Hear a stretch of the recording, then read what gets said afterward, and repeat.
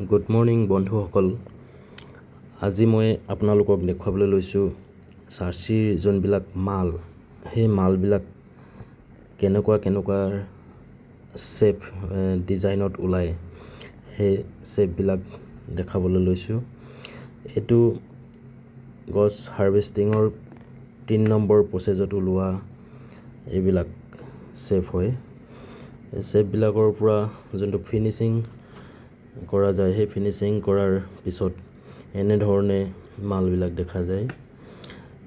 ইয়াত আপোনালোকে দেখিবলৈ পাইছে বিভিন্ন ধৰণৰ ইটো পিছৰ লগত সিটো পিছ মিল নাই, খুব কম সংখ্যকহে পোন পিছবিলাক মিল দেখা যায়। বাকী যোনবিলাক শ্বেপ হৈছে সেই শ্বেপবিলাক প্ৰতিটো পিছৰে বেলেগ বেলেগ।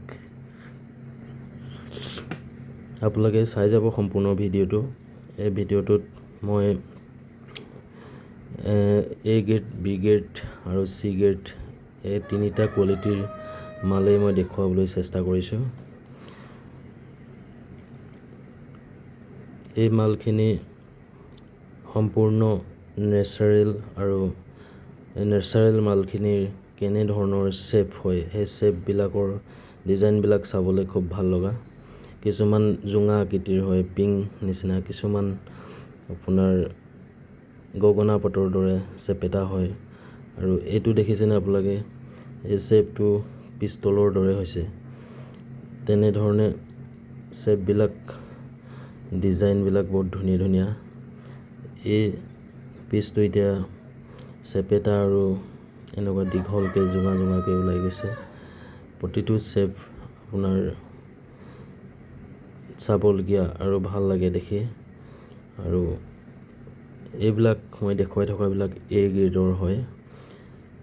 A গ্ৰেডৰ আৰু B গ্ৰেডৰ, C গ্ৰেডৰ প্ৰতিটো গ্ৰেডৰ প্ৰাইচবিলাক বেলেগ বেলেগ হয়। সম্পূৰ্ণ ভিডিঅ'টো চাই যাব, আৰু এনেধৰণৰ ভিডিঅ'বিলাক পাই থাকিবলৈ এই পেজটো ফ'ল' কৰি ৰাখিব।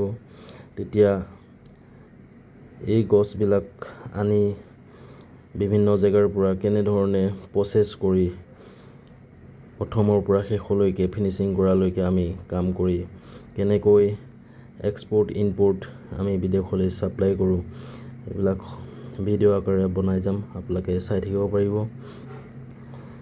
আৰু এই শ্বেপবিলাক দেখিছেনে, এতিয়া চিধা ইটোৰ লগত সিটো মিল আছে, কিছুমান শ্বেপ মিল নাই, এইবিলাক অমিল হয়, ইটো পিছৰ লগত সিটো পিছ মিল নাথাকে।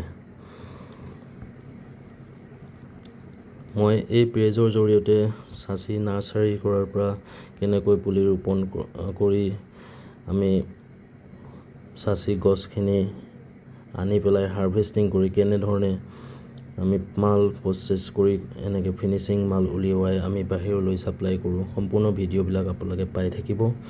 এই পেজটো ফ'ল' কৰি ৰাখিব।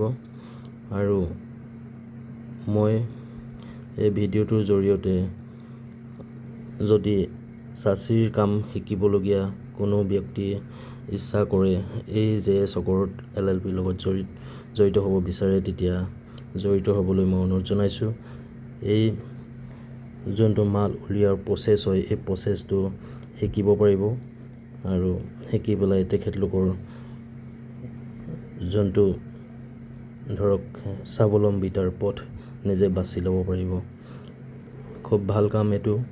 প্ৰতি ঘৰ মানুহতে চাচি গছ, অগৰ গছ আছে, আৰু নিজেই কামটো শিকিলে মই ভাবোঁ ভাল হ'ব। শেষত এইটো এটা লকেট মই গাড়ী চাবিৰ কাৰণে বনাইছোঁ। ঠিক আছে, ভিডিঅ'টো চোৱাৰ বাবে ধন্যবাদ।